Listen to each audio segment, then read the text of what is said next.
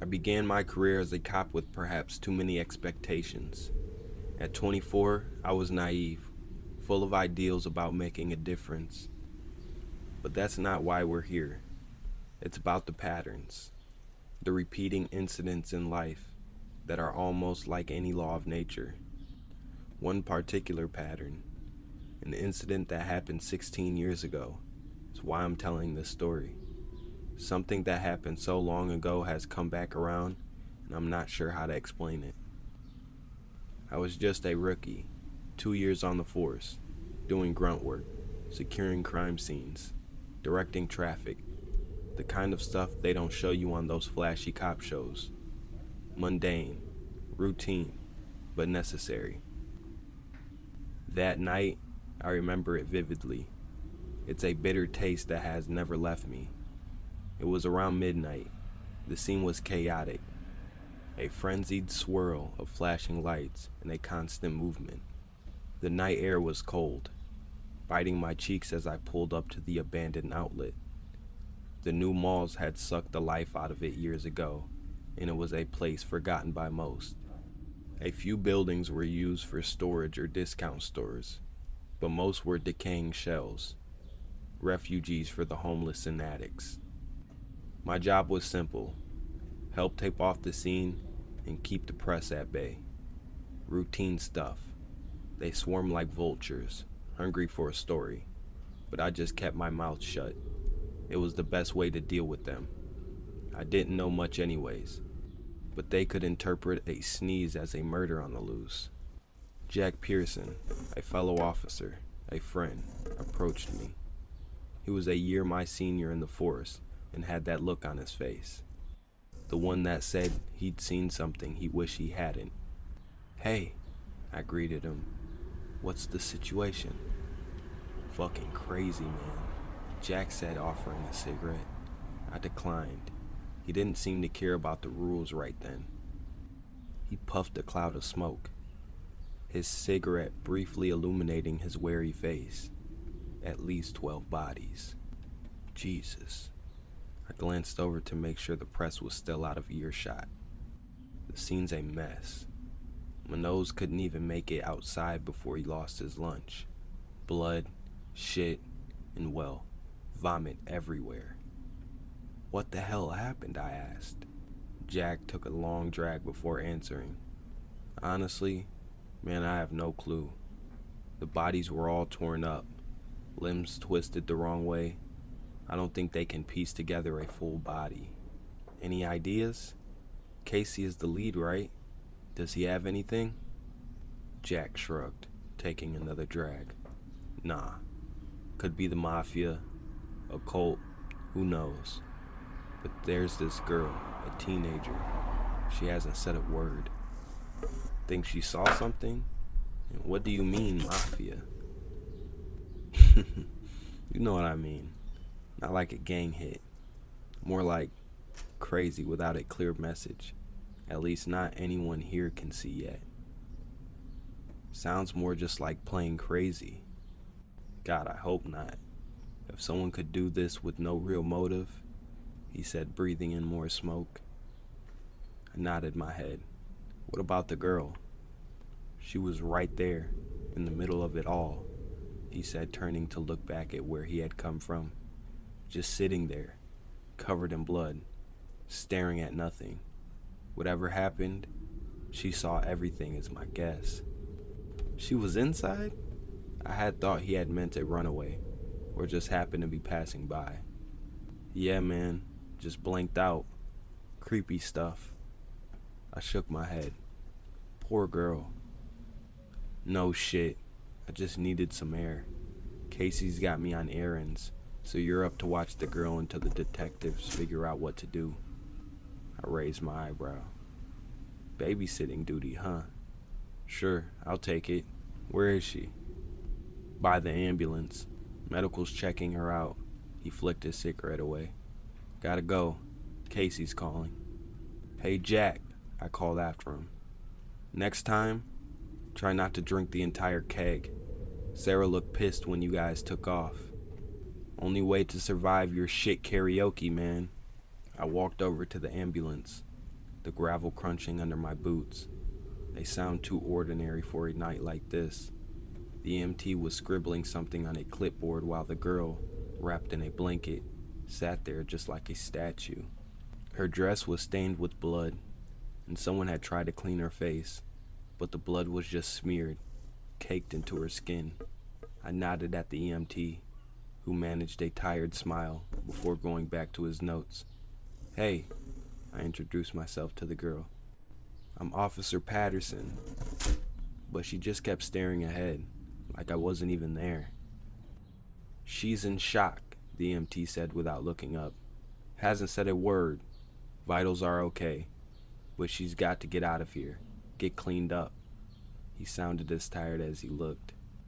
He paused, looking at me. "Any idea what happened here?" Before I could answer, Munoz appeared, the top half of his usual thrift store suit replaced by a plain t-shirt. "Patterson," he called out, and I turned to face him. His shirt confirmed what Jack had said about the vomiting incident earlier. "You are escorting her to the hospital," Munoz instructed, his gaze sharp. He turned to me. "We're getting her cleaned up, and have a shrink ready to talk to her," the EMT interjected. "After she gets checked out, of course." Munoz rolled his eyes. "Yes, after she gets checked out." He jabbed a finger at my chest. "Keep an eye on her. She's all we got." "Got it," I said. It wasn't a request. I followed the ambulance in my cruiser to Bayview Hospital. It was only a 9-minute drive, but it gave me time to think. The case, the girl, and yes, what a dick Munoz was. The hospital was too bright, too clean, compared to what had just happened a short drive away. A nurse, with blonde hair neatly tied in a ponytail, came out to escort the girl away. As she passed, I caught a glimpse of her name tag, Nurse Collins. Like the EMT, she gave me another tired smile. I think it's something we all develop in working with victims. Tired of seeing the pain, the suffering, but we have to just push all that down. So I just smiled back as they let me in a corridor that smelt like disinfectant and despair. I leaned against the wall, thinking about the crime scene. I hadn't seen it with my own eyes, but Jack's description was enough. This girl too. How she was just sitting there, calm, covered in blood. Was it some random act of violence? No. This was something else. Munoz's words, "She's all we got," kept ringing in my ears. The phrase gnawed at me. I was here to keep her safe, sure, but something about the way he said it felt off. There was more to this, but I was in the dark. Nurse Collins reappeared, her face slightly more relaxed. "You can go in now," she said, stepping aside to let me pass. "She's clean and resting." "How is she?" I asked, as she motioned for me to enter the room. She hesitated for a moment, her professional demeanor momentarily giving way to concern. "She's stable, physically. No injuries, which is, well, it's unusual given the circumstances. She's in a state of shock, though. Hasn't spoken a word." Her voice carried a mix of professionalism and something softer, empathy. I nodded, understanding her unspoken words, and mentally, she sighed, brushing a stray hair behind her ear. "That's harder to say. We've seen trauma patients shut down like this. It's her defense mechanism. She might open up in time, or..." Her voice trailed off, leaving the unsaid hanging in the air. "Or she might not," I finished for her. "Right," she affirmed. What they looked at said she's been down this road before. "We'll do our best. The psychologist will try to make contact first thing in the morning." I stepped into the room where the girl sat on the hospital bed, her gaze fixed on something only she could see, or just nothing at all. The clean hospital gown couldn't hide the vacant look in her eyes. Nurse Collins gave me one last glance before stepping out, leaving us in the quiet of the room. I just stood there, silently. Every so often a nurse would come in and I'd step outside, but I always came back in afterwards, keeping her safe. That was my job. Time seemed to crawl, punctuated by the soft beeps of machines and the muffled hustle outside. Watching her, I couldn't help but wonder what was going through her mind. What had she seen? She was clean now, but I could only guess at the stains that would never be wiped away. The night dragged on. I remember staring at the clock on the wall. It was around 4 a.m., and I was yawning for what felt like the 100th time. The girl had fallen asleep a couple hours ago and hadn't stirred since. I glanced out the door to the nurse's station, spotting a coffee pot. I debated whether to grab a cup. Another yawn decided for me. Stepping out, I made sure to close the door. The hall was quiet, dimly lit. The graveyard shift nurses making their rounds. Pouring myself a cup, the coffee was warm, a bit burnt, but it would do. As I fixed it up with sugar, I turned and froze. The girl was standing there in her hospital gown, just staring at me. I nearly dropped the cup. I moved closer, setting my coffee down. "You're up?" My words trailed off as she shot her arm out, pointing straight at me. Her mouth slowly opened, wider and wider. It looked like she was screaming, but no sound came out. Drool started to dribble from her gaping mouth as it kept stretching wider than I thought possible. Then it stretched even more, wider and wider. I started to back away. What the? My hand instinctively settled on my sidearm. My voice trailed off as I heard a door close in the distance. I glanced towards the sound, seeing a nurse disappear around the corner. When I looked back, the hallway was empty. The girl was gone. Panic set in. I stopped to look at the door that was now slightly open. I stood there longer than I should have, scared of what I would find, of course, but trying to remember if I had actually shut the door. I was sure I had, so while I did not draw my gun, my hand remained on it. Had I imagined the girl just now? If I had, then why was it open? No, I had seen something. I pushed the door open all the way and saw her there, lying in bed, asleep, as if nothing had happened. A cold shiver ran down my spine. This wasn't right. This girl, something was off about her, deeply off. It wasn't just trauma or shock. There was something else, something more. I didn't know what to do. I didn't know what to think. I needed to keep a close eye on her, not just for her safety, but maybe for mine too. I reached for my phone to text Jack, not wanting to radio in that I got scared. What would I say? How can I explain what happened? What had happened? I just needed someone else over here now. No. Jack would bust my balls more than anyone else at the station. Besides, it was out of protocol. Before I knew it, the sun had come out, and Munoz and a couple of others showed up. When he asked me how it went, I could not bring myself to say anything about what had happened in the hall. Quiet night. The nurse cleaned her up, and the girl's been asleep since. The detective looked at me. I don't know if he knew something from before, or maybe it was written on my face, but he gave me a doubtful stare and squinted his eyes slightly. "You sure? Nothing else?" The nurse said the psychologist would be in by the morning. I was desperate to give him something, just not what I think I saw.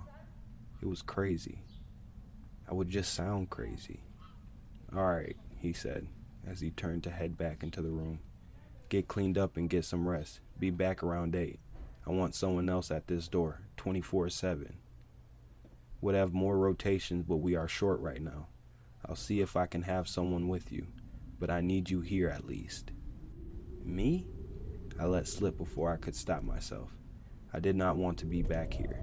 I wanted to run out of there. But when someone who has over 27 years on the force tells you to do something, there is not much you can do. I mean, I could, but that would be the fastest way to ruin my rep. Munoz turned around, a bushy eyebrow raised, as if daring me to make him repeat himself. I mean, yes, of course. I'll be back by 8. My words caused the old detective's face to relax to his normal, pissed-off face. He gave me a nod as a dismissal and turned back to head into the girl's room. Not much happened the rest of the day. I made a call to my folks, had some breakfast and dinner, hit the shower, and slept the rest of the day off. I had gotten to the hospital around 7 and sat in the parking lot until 5 minutes to 8. I did not want to be here. I slammed my hand on the steering wheel and shut the door harder than needed. I know I was being childish, but that girl scared the shit out of me. Making my way inside, I looked for Nurse Collins on my way to my post. I can see if she wants to grab something to eat later. She was my type, and at least something good could come of me being here. When I made it to the hallway, I saw Ramirez, another cop that I had not really gotten to know well. Decent guy, though. "Hey, Patterson," he said as he glanced down at his watch. "Evening," I said, stretching out my hand to shake. "You got the graveyard?" Was supposed to have off, but orders. Plus, would have just sat at home all night. "I hear you," Ramirez said, hooking his thumb in his belt. "Should be quiet. Doc said they got everything." I glanced at the door. "They got chairs in there. Why didn't you grab one?" "Nah, dunno. Got this anxious feeling every time I sat down, you know?" "Yeah," I said. "Did she do anything? Say anything?" "The girl? Nah. Just zombied out. Can't blame her for what the guys were saying." "Yeah," I said, my thoughts trailing off. Ramirez reached out and placed a hand on my shoulder. "You alright, man?" Yeah, it's just been a long week." "Alright. Well, I gotta get going. Sign me out, would ya?" he said as he handed me a sign-in form. "Cool. I'm off then." "Alright, I'll catch you later." Yeah, he handed me his card, a small business card with his name and contact info on it. The precinct paid for us to get them to hand out to civs. "Here is my number, man. Give me a call if you need it." I turned his card over, admiring it, a bit jealous. These came out nice. I gotta get mine made. I know, right? Anyways, I'm off. We shook hands as he left.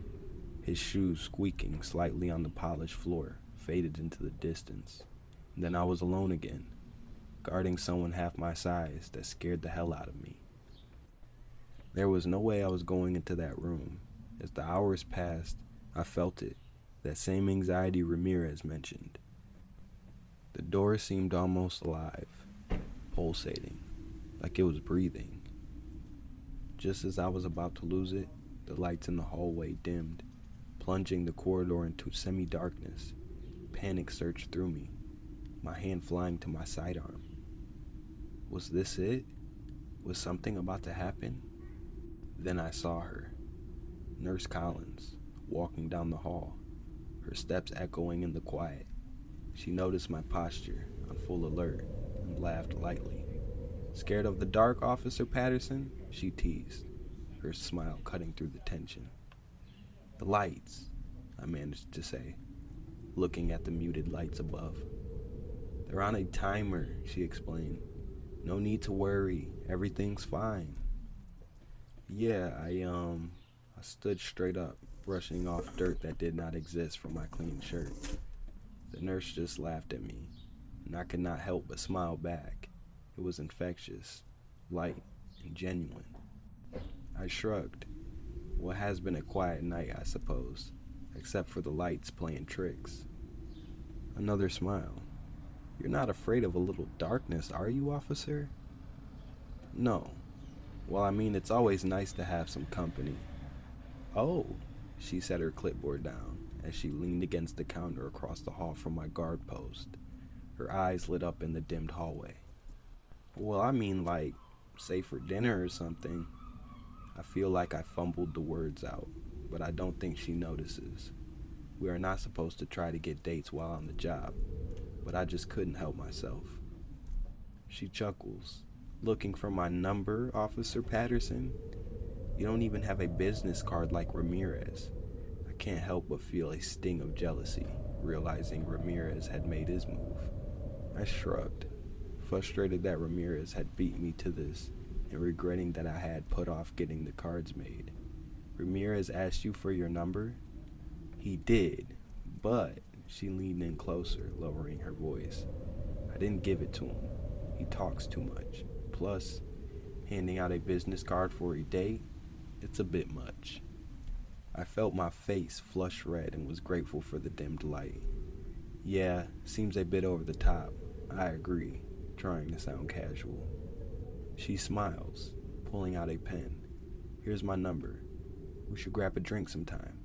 She scribbles her digits on a piece of paper and hands it to me.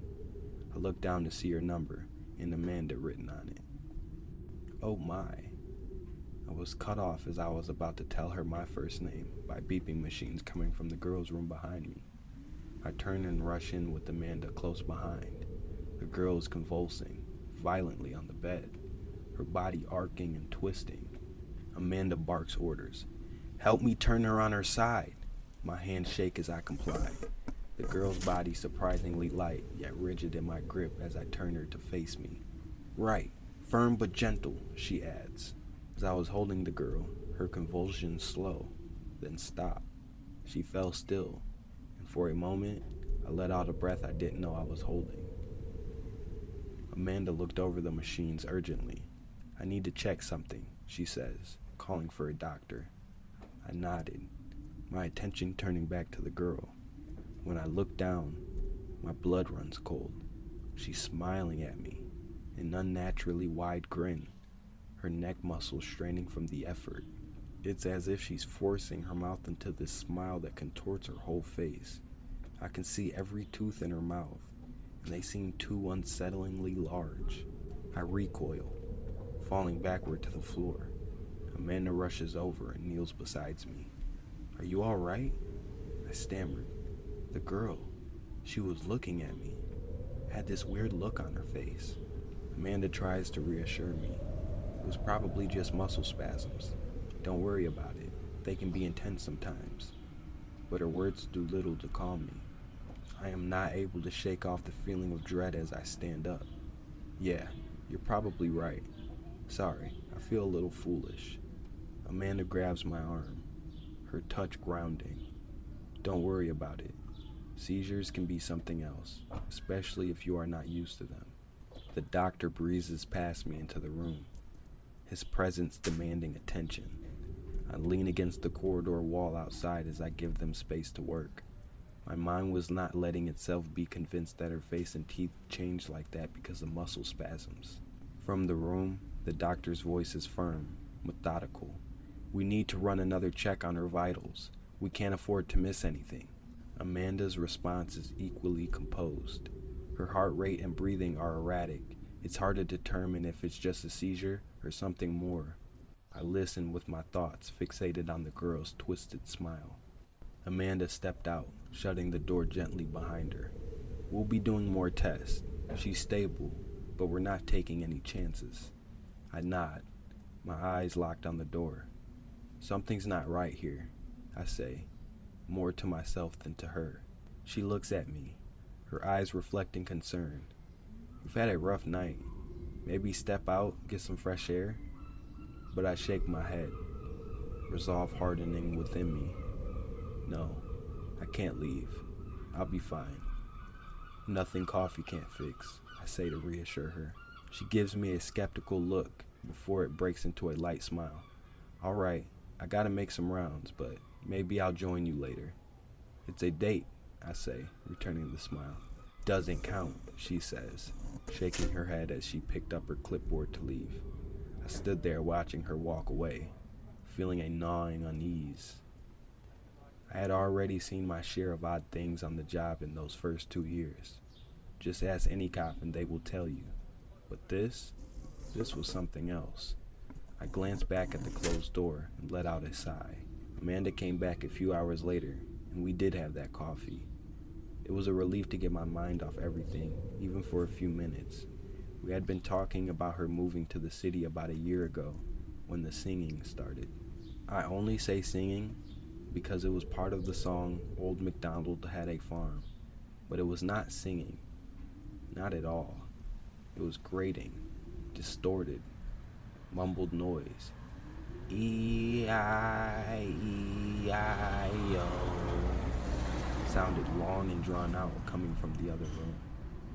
Goosebumps shot up my arm in an instant, and by the look in Amanda's face, she was just as disturbed as I was.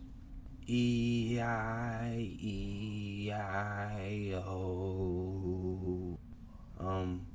was all she could say, but that was enough to get us to move. My heart is instantly going full throttle as we burst into the room, and at first, I don't understand what I am seeing. The girl, or what I thought was a girl, is perched on the side of the bed. Her posture is unnatural, her legs stretched out, feet firmly planted on the floor when they should be dangling off the edge. The skin on her arms hang loose, like a cloak. Elongated bones that end in claw-like hands resting on the bed. Her head is tilted at an impossible angle, the neck elongated and twisted, making the head seem almost detached from the body. But the face, that's the worst part. The skin sags, as if the skull beneath was partially dissolved, giving it a melted, distorted appearance. The eyes are wide and bulging, still with that unblinking and unseeing look they held before. The mouth is stretched into a grin, revealing rows of sharp, uneven teeth. Too many to be human, I thought. I was staring into my worst nightmare, and it was just grinning as it started back. Amanda ran past me to help, not realizing the danger. The creature lashes out with unnatural speed, its arms stretching out further than any human limb should. It wraps around Amanda's throat. Her eyes are wide with terror, a gasp escaping her lips. Adrenaline surges through me as I reach for my gun, but the creature is faster. It springs towards me, a blur of elongated limbs and sagging skin. Its fingers, if you could call them that, are more like talons, striking at me. My gun was knocked out of my hand before I could raise it up halfway. Pain explodes across my face and body with each hit. I'm trying to defend myself, to fight back against this thing, but its strength is overwhelming, its movements erratic and unpredictable. I'm yelling, my voice hoarse with fear and rage, but it's drowned out by the creature's unnerving parody of the children's song, a chilling, distorted E-I-E-I-O.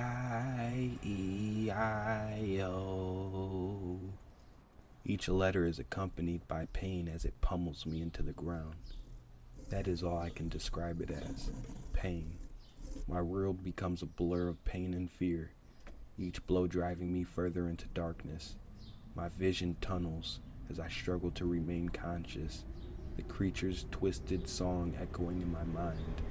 The last thing I can see before the darkness completely envelops me is its face, inches from mine, that horrifying grin stretching wider, as if it's about to swallow me whole. Then, nothing but blackness. I came to almost 2 weeks later. Something about cerebral edema, a beating to my head, was enough to put me into a coma. It would take another couple of weeks for the swelling to go down, enough to me to be able to talk. I had told Munoz the whole thing as soon as I could, and he just nodded. Don't tell anyone else. They will think you just lost it. But I had to begin to protest. Kid, best to drop it, he said as he stood up from the stool he had placed beside my hospital bed. Sir, Amanda, Nurse Collins is still missing, and I know what I saw. I have to... He cut me off before I could finish. How are you going to help her if you... I can't just do nothing, I shouted back. I felt my skin burn. The rage built up. I know how it sounded. I knew it was impossible. Still, I was not going to just forget about this.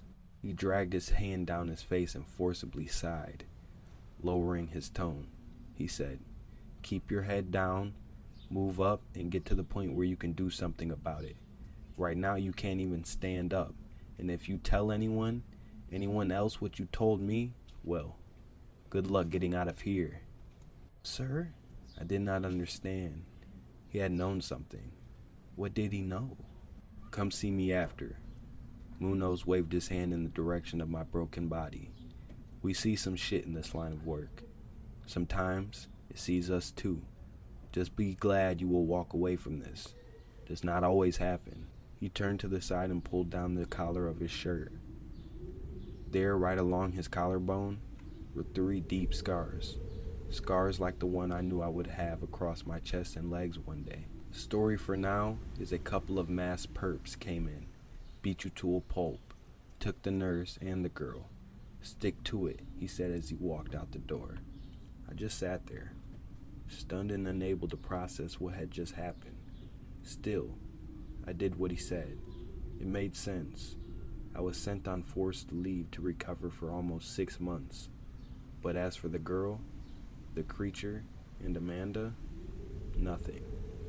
I would like to say that I teamed up with Munoz and he trained me and went into a montage of how we planned to find and kill the monster and rescue Amanda. But life happens. Munoz was found dead a few weeks after I was released from the hospital. Nothing to add to the mystery, only plain bad health and a bad heart. Apparently, he died in his sleep. I can't tell you how much that pisses me off. Still, I took his words to heart and kept my head down and rose up to detective eventually. It has been almost 16 years since the Outlet Massacre. I got a call a couple of days ago. Found myself standing outside a suburban house. It was a house like any other in the middle of one of the cookie-cutter neighborhoods that the development companies seem to be churning out lately. It had a well-manicured lawn, a bike lying in the grass, and bright green door. Arriving at the scene, I found Jack already there. The years seemed to have weighed heavily on him. For me too, I suppose. It is not always so easy for a detective. I walked up to him as he hung up his phone. How are the kids? Driving Sarah crazy. She is already looking forward to Manny starting pre-K. Isn't that still a year away? Something like that, he says as he shrugs and clips his phone onto his belt. You need to stop having babies. I look down and shake my head at the belt clip. He ignores the comment and instead defends his phone holder when he notices my reaction to it. What? I don't like it in my pocket. It's comfortable. Sure. What do we got? I asked, nodding toward the house as we made our way up the stairs to the porch. Honestly, I would let you look around first, but it's like the outlet case, Jack muttered, barely audible, his eyes not meeting mine. But this time, it's a family. Husband, wife, 4 kids. His voice trailed off. I felt a chill run down my spine. I stopped walking. All I can think is finally. Jack continued. Doesn't make it worse, but it does, you know? I nodded, understanding. I realized what he must be thinking. He had just been talking about his family. Maybe we should see if we can get a hold of outlet lead, Casey, Jack said as he moved ahead of me up to the landing. Casey? Last I heard, he was living in some cabin in Alaska, fishing his retirement away. I had tracked him, and anything related to the case. I had spoken to him, and whatever Munoz had known, Casey had been in the dark. Here, use this. I turn to Jack and see him holding out some paste and a face mask for the smell. I nod as I thank and use both and step inside the home before I even finish putting the mask on. It was a slaughterhouse. My heart sank. Blood splattered on the walls. Furniture overturned. It was like a trail of breadcrumbs, made of blood leading through the house, ending in this room. The family, a husband, wife, and their 4 young children, lay in a tangled, mutilated heap. Even the fucking cat, Jack muttered, pointing to a dismembered paw. Who's the family? Jack pointed at the bodies. At one half of a torso, a single breast still attached, and the other side just a mangled rib cage. That there is Patricia North, mother of the family. Her mother had been trying to get a hold of her for a few days. 3 days, sir, one of the officers said. I nodded in thanks, and Jack just looked back down after glancing up to see who had interrupted him. 3 days, and sent a family friend over. Car in the drive and no answer at the door, so we got to call in for a wellness check. Jack pointed to another body part. Obviously male this time. Jesus, you don't have to point them out like that. Jack just shrugged and stood up. That is Richard Collins, father. No extended family. Did you say? I started, but we all looked toward the back of the house where someone was shouting. We all moved swiftly to the back of the house.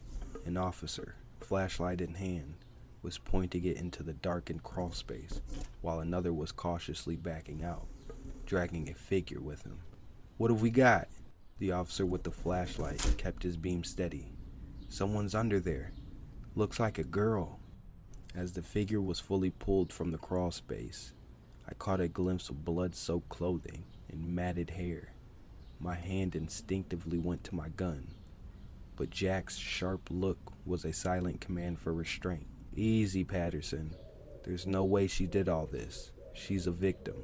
I forced my hand away from the gun, nodding silently. Jack signaled another officer. Get an ambulance, now. The officer quickly radioed in. Dispatch, this is Unit 54. We need a 1052 at the North residence. But my focus was not on the call. It was on the woman. She was unconscious, her features obscured by dirt and blood. But I knew exactly who this was. Time seemed to stand still as I took in her features. She was the same, not a day older than when I had last seen her. It was impossible, yet there she was, still so young, where I had become an old man. Jack's voice brought me back. Any identification on her? I swallowed hard, my voice barely a whisper. That's Amanda Collins. Jack's expression shifted to one of disbelief. Collins? Like the father in there? Yeah, I confirmed, my voice steadier now. I mean, I don't know Jack. That is Amanda Collins, the nurse from the outlet massacre. Jack shook his head, disbelief etched on his face. What? But that's... It can't be. She's been gone for years. Yeah, I muttered, still not sure of what's going on. We need to secure her. Get her to the hospital, Jack finally said, taking charge of the situation. We'll need to question her once she's conscious and find out what she knows. Everyone and everything seemed to blur. Words distorted, as if underwater. Was this really happening? Was that her? I thought I would be ready for this. I thought I would find the young girl again. Not her. Not Amanda. The ambulance arrived, and the paramedics quickly assessed Amanda's condition. I could not take my eyes off her. As they loaded her onto the stretcher, I could not help but feel like I should be doing something. This was not just a repeat. It was exactly what had happened all those years ago. As Amanda was taken away, the officers began the work of processing the crime scene. I watched as Jack coordinated it all. Hey, why don't you head on out? I got this. He was a good friend, but he had no idea what was running through my mind. I just nodded and went to my car. I drove around a while, trying to think things out, but I found myself here eventually. I sent the officer on watch away about an hour ago, told him to grab some food and get some rest. I've been sitting outside Amanda's room since writing this all down, trying to figure out what is going on. She has been awake since around sundown, according to the nurses, but has not said a word, just staring up at the ceiling. But I hear her even while I sit outside her room. No words, just a low humming.